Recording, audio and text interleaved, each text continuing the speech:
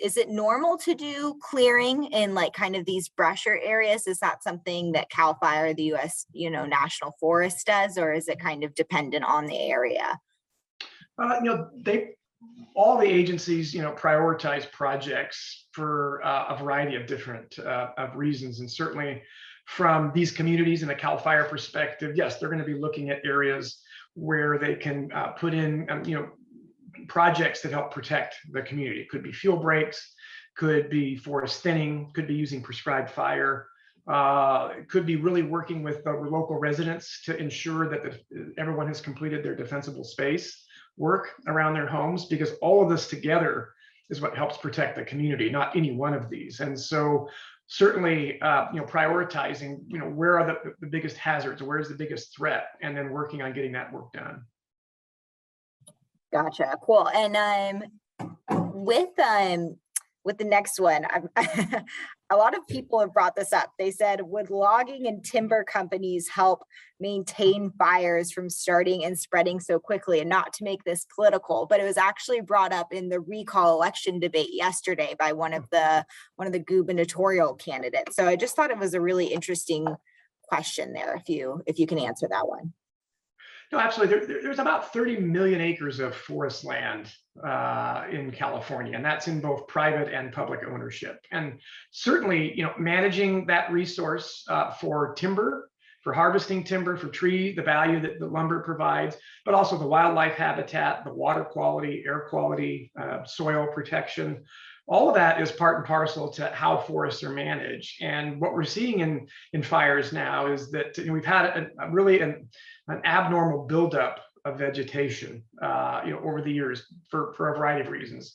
Fires have been suppressed, and so the forests that depended on all of those natural fires to occur, aren't getting that. We haven't been able to areas to harvest for a variety of reasons. So a lot of reasons why we're not able to manage the forests to the level that they should be. There's been a great deal of the focus across the board right now, and certainly logging, timber harvesting, engaging in the forest practice work is a significant component to helping manage the forest. But again, it's one tool across the landscape. Using fire where appropriate on our terms is obviously helpful, and other measures to work on our forest. All of it together help us reduce this threat. Gotcha. And I'm kind of going off script here, but I feel like it's kind of a follow-up question. With the tamarack fire, I thought it was kind of interesting because you said, fires that have control birds and stuff. And it was my understanding the U.S. National Service, Forest Service said it wasn't a threat and allowed it to continue to burn, but then it caused damage to multiple structures and burned thousands of acres. Can you address that? And feel free to, if you don't have a comment on that, that's fine too. But I was kind of curious because it seemed like that was supposed to be a controlled burn, they thought, and then it kind of might have went awry or something. Right. Well, and yes, I obviously have weighed in on that issue and concern. And again, I, as a resource professional and career firefighter, I absolutely understand and support the value of bringing fire back to our landscapes. California is a fire-dependent state. We're going to have fire one way or the other, and so we've got to continue to find ways to live with fire. And there's some significant programs to try to find ways to reintroduce that. But right now is in the middle of summer, at the peak of the conditions we're in, and with the climate that we're facing right now, this time of year is not the time to allow fires to burn. We need to be looking, at every one of these and taking every opportunity we can, because we want to save that for opportunities when the window to do that burning is appropriate. And you can't guarantee truly anywhere, in very few places in California right now where allow a fire to burn unchecked for over a week, that it isn't going to be impacted by changing weather conditions. Our vegetation is critically dry from drought and just from the increasing temperatures. And when a fire escapes that initial attack or that initial phase, really, they're burning 10, 15 miles in a day. And in the case of the Tamarack fire, Lake Tahoe is 15 miles away. So you 40 million people in California, infrastructure, all of that has the potential to be impacted now based on the conditions we're facing. And so really that's the point. And then in addition, there were firefighters, of course, it was risky to go in and initially suppress that fire, but it was only a quarter of an acre for a number of days. When the fire blew out, now we have risk to an entire community, multiple communities, and hundreds of firefighters. And so we've got to keep these fires small now, and then work on them and try to reduce the fuel loading through fire and other means when we can do so safely. Great answer. You explained that really well. And kind of a follow-up question to that is, you mentioned, the drought and the climate. Can you talk about how the drought's impacting this fire season, things we might already see? Obviously we know the vegetation is going to be extra dry, but like, does the drought with the water, with you guys fighting, like with firefighters fighting them, does that make a big impact as well? Yeah, the dry conditions and the drought overall have significant impacts in the fire environment or on firefighting. Of course, vegetation is critically parched, and which means it drives the amount of energy that the vegetation gives off. We are breaking records right now for, as we measure that throughout the year. And for this time of year, on average, we are well beyond the normal for that, and well above even the upper threshold. So that creates a very difficult challenge for firefighters to fight. With the vegetation being so dry, all of these fires are spotting, or there's new fires starting from firebrands well ahead of the fire, causing them to spread, oftentimes at exponential rates, making it very difficult to find ways to control these fires. But also, yes, water sources, as particularly stock ponds and other lakes and smaller rivers and creeks, as they dry up, that reduces the availability to provide water, particularly in the more rural areas where helicopters and ground resources are trying to access water where there aren't municipal water systems. So yes, all of that together, really combines to potentially make all of this more challenging. Yeah, I was just thinking of the it's always so cool to watch the helicopters drop in their little, their little thing. I was like, what if there's nothing to get it? Okay, let me get back to my questions here. I kind of went off script there, but let me see. So one question that was asked, which kind of is very sad, is how can folks find out if their house is gone? I'm not sure. We kind of have a direction for that, but if you have anything to add in there, on your side, I know probably firefighters are often asked, like journalists, when you go in, can you look and see if my house? So if you have any specifics there, that would be awesome.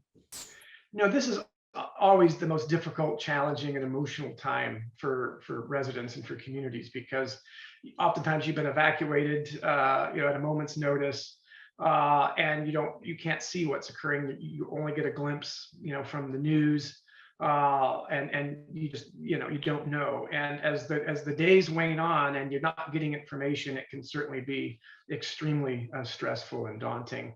So the fire agencies and law enforcement, they truly recognize that, and their goal is always to get information to community members, to residents, as quickly as they can. But they want it to be accurate information, because the last thing you want to be told is that, hey, your house is fine, but then it's not. And so they want to be factual, and they can't let folks into areas to look for themselves until it's safe. There are down power lines, there are hazards, trees that just make it untenable for people to get into these areas until they're rendered safe.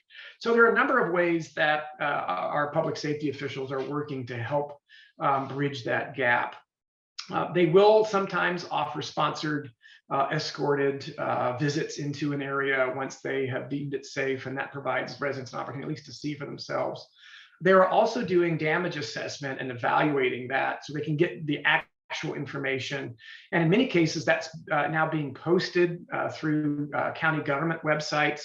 It's being provided back through the public information offices, both on the fires. So, for example, in the case of the river fire, that incident command, that incident management team, or the organization there can provide that information out through its public information team. So I encourage everyone to stay connected. Again, in the case of the river fire, with CAL FIRE here locally for that information, and just continue to, again, it's going to be continue to check back, because it's obviously ever changing and folks are working really hard. But their first priority is to try to obviously stop this fire and protect people, and then catch up with trying to, gather this important information. Absolutely. I think you kind of just answered my next question with that too. I said how to find the most accurate and up-to-date information on fires. Was there anything else you wanted to add there or differentiate?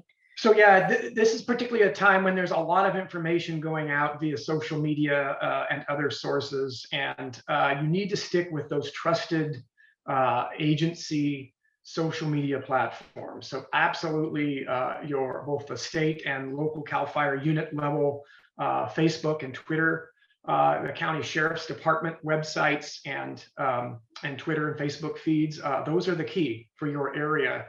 CAL FIRE does an amazing job of keeping up their website, so you can go to the CAL FIRE incident page, and as quickly as they're getting information, they try to keep that page updated. I think for all of us, we just have to understand these fires are they're dynamic, they're evolving very quickly, and no amount of effort on social media is going to keep up every second to these changing circumstances. So you really have to pay attention throughout the course of this and check back often, but stay with the trusted sites, your government, agency, public official sites for the accurate information.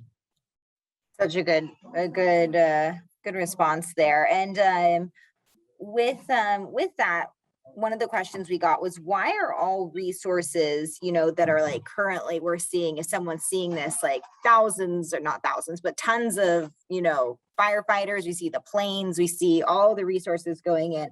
Why are all resources not deployed when the fire was only starting out in about 200 to 1,000 acres? That was a question we got from a viewer. Thank you.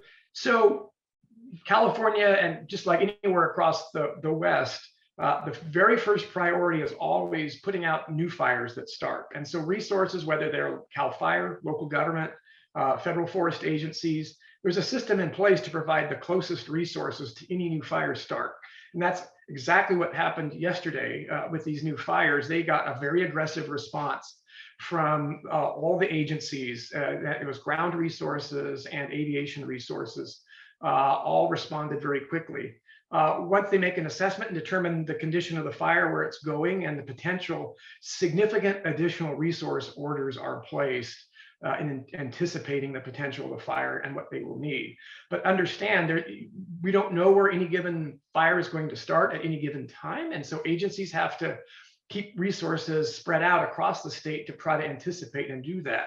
When a fire starts, then they move those resources very quickly. But as a fire grows, and as we're seeing, these are very dangerous fires that are really growing oftentimes at explosive rates. And so it just takes time to bring in additional resources. Again, they never know where they're going to be or needed. So they try to keep them spread out in anticipation of new fires starting.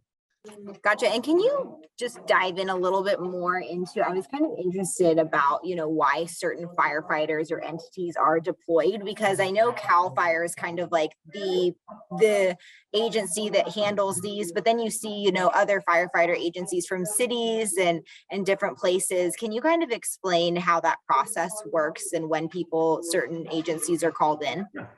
So, fires don't know jurisdictional boundaries. And so they'll burn across private land, public land, local, state, and federal jurisdictions. And across California, the private wildland areas of the state responsibility area, that it's about 30 million acres, and that wildland fire protection is provided by CAL FIRE. But also in those same areas, there are hundreds of local government fire departments there as well, providing their level of their responsibility. And that's particularly those emergency medical services, those structural fire responses, but it's a team effort. And so on these initial attack or these initial responses, it's the closest resources, very coordinated between all of these agencies. When a fire escapes that initial attack, when it becomes a larger fire, resource orders are placed, and you get the best resources and the closest resources, the most appropriate resources. And firefighters are trained across the board, whether it's local government, CAL FIRE, you're going to get resources, and it's a team effort. And that's California has really the most well-practiced and quite frankly, often called, really a world-renowned system for moving hundreds of local government fire departments and CAL FIRE and federal forest agencies and coordinating and getting this done. And so it's really about getting firefighters to the scene of a fire, no matter how big, with the ultimate goal of putting it out. And so it's a very coordinated effort that goes on every day amongst all these agencies. Yeah, it really is. It's always cool when you go up there to see, like, the agency on the side of their engine and stuff. You're like, where did you come from? We've seen some as far as San Diego and everything. So I'm always Well, I'm it is really neat, and I'm yeah. certainly proud of it. You can be in Siskiyou County and have fire engines from, like you said, San Diego or Los Angeles City, and conversely, you could be on a fire in the mountains above Los Angeles and have fire engines from a small volunteer fire department from Northern California. And that's how it works. And the system in California is really unsurpassed by any other system around. That's good. I think we're the ones who need that good system. We do. Right now, we have the challenge, and we've got the people, and we've got the responsibility, and it's really where the challenge is. Awesome. I think I just have one more question for you. It is about the planes and that like drop fire retardant and helicopters that drop water. How are those, resources allotted and decided to go to fires? So aircraft are shared across the state between agencies. You're always going to get the closest aircraft, whether they be fixed wing airplanes that drop retardant or helicopters that provide hand crews from the air and water dropping capabilities. They're moving throughout California throughout the day, every day. And so during this time of the year, they're part of every initial attack dispatch to a wildland fire, with little exception. And again, it's all based on conditions, but aircraft are part of that initial response. And then when a fire, if it escapes and gets larger, then they put together a strategic and a tactical and strategic plans to how they will use aircraft in the overall effort. And sometimes that's putting retardant out well ahead of the fire in strategic locations to provide an opportunity for firefighters to get in on the ground and use the retardant then to contain it long enough to get firefighters there. So it's can be a very tactical tool at initial attack and really get in and help suppress the fire with the firefighters, or it can be very strategic in larger fires to help slow the spread until ground resources can cut fire line and get in. And so again, it's Cal Fire and other agencies have been working very hard to bring more aircraft on board in California. Cal Fire is working on bringing on an additional 7 C-130 air tankers through a program they have. They've been reaching out and contracting with private vendors who are providing a variety of helicopters and air tankers. And so but it's a system, and those resources are shared across the state to provide the closest available aircraft to any given fire. Gotcha. And one last question, just off the top of my head. When it's multiple fires like it is right now with the Tamarack and Dixie and River Fire, and it felt like last fire season, it was like that too. Like it's like when, it rains, it pours, ironically. When it's kind of like concerning to you, or when's kind of the like, moment, like we're in fire season, we're seeing some big fires here? Well, you're constantly evaluating the conditions. It's not uncommon for California to have multiple fires burning at the same time. What's really changing is that it's no longer the exception to the rule to have multiple large conflagrations burning. Now what we're seeing is that these larger fires are starting earlier, and it's really lasting longer into the fall. And so you start getting these large, really complex fires, like for example, the Dixie Fire, and combine that with the day-to-day fire activity. The more of these you get occurring at the same time and longer durations, obviously can provide strain on resources. So the agencies are thinking this through. They're doing long-range planning. They're bringing in additional resources from outside of California. They're using National Guard assets. They're using a variety of resources. And so what you have to do is constantly be 3 days ahead of what's happening or more. And in this case, you've got to be weeks and months ahead. You've got to plan this for the long haul. Like, firefighters need rest. They can't go, 9 months straight. You've got to factor in time for their own health and safety. And so all this has to be thought through, and it is a challenging job. But there's a process in place. Folks are learning a lot as they have, engaged in these more challenging incidents. And again, they're thinking very far ahead as to how to, mitigate, the challenges that are put in front of us.